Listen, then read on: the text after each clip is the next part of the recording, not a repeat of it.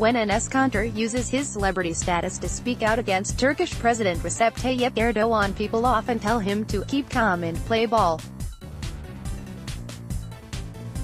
But, as the professional basketball player from Turkey said on Tuesday in the Washington Post, he prefers the advice of Colin Kaepernick's Nike ad campaign, "Believe in something, even if it means sacrificing everything." On Thursday, "I won't be able to go to work when my team, the New York Knicks, plays the Washington Wizards in London," Kanter wrote.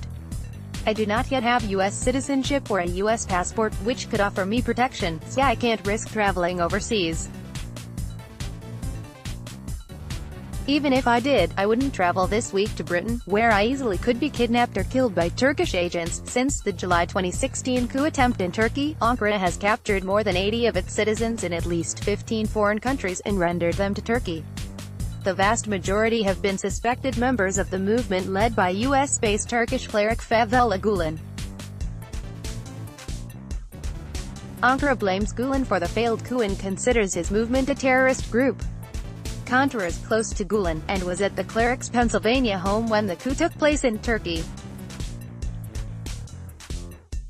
Turkey's government has urged Interpol to issue red notices for thousands of perceived enemies, including journalists, scientists and artists.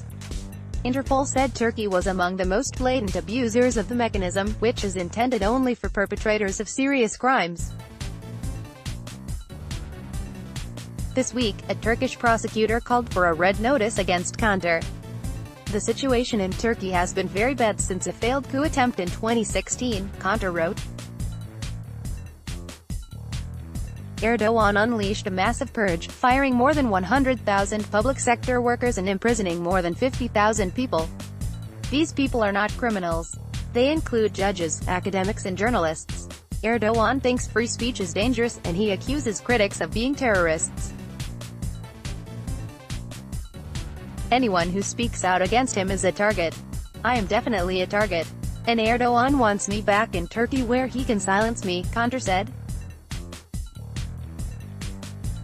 In May 2017, Kanter said he was in Indonesia to run a children's basketball camp for charity, and was woken up in the middle of the night by a knock at his door. He said the Indonesian police were searching for him because the Turkish government had told them he was dangerous.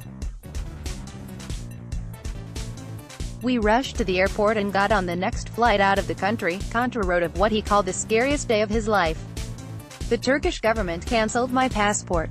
Police at the airport in Bucharest told me I wasn't allowed to enter the country, with help from U.S.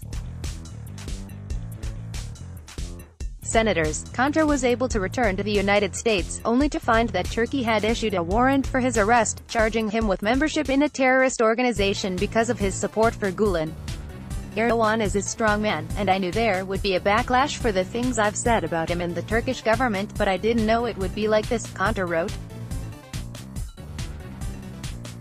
"I receive many death threats. I used to love walking around New York City alone, but I can't do that anymore. My friends and family in Turkey could be arrested just for talking to me." Still, Kanter believes his decision to miss the game in London helps puts a spotlight on how a dictator is wrecking Turkey, he wrote. "People have been killed, thousands are unjustly imprisoned, and countless lives have been ruined. That is no game.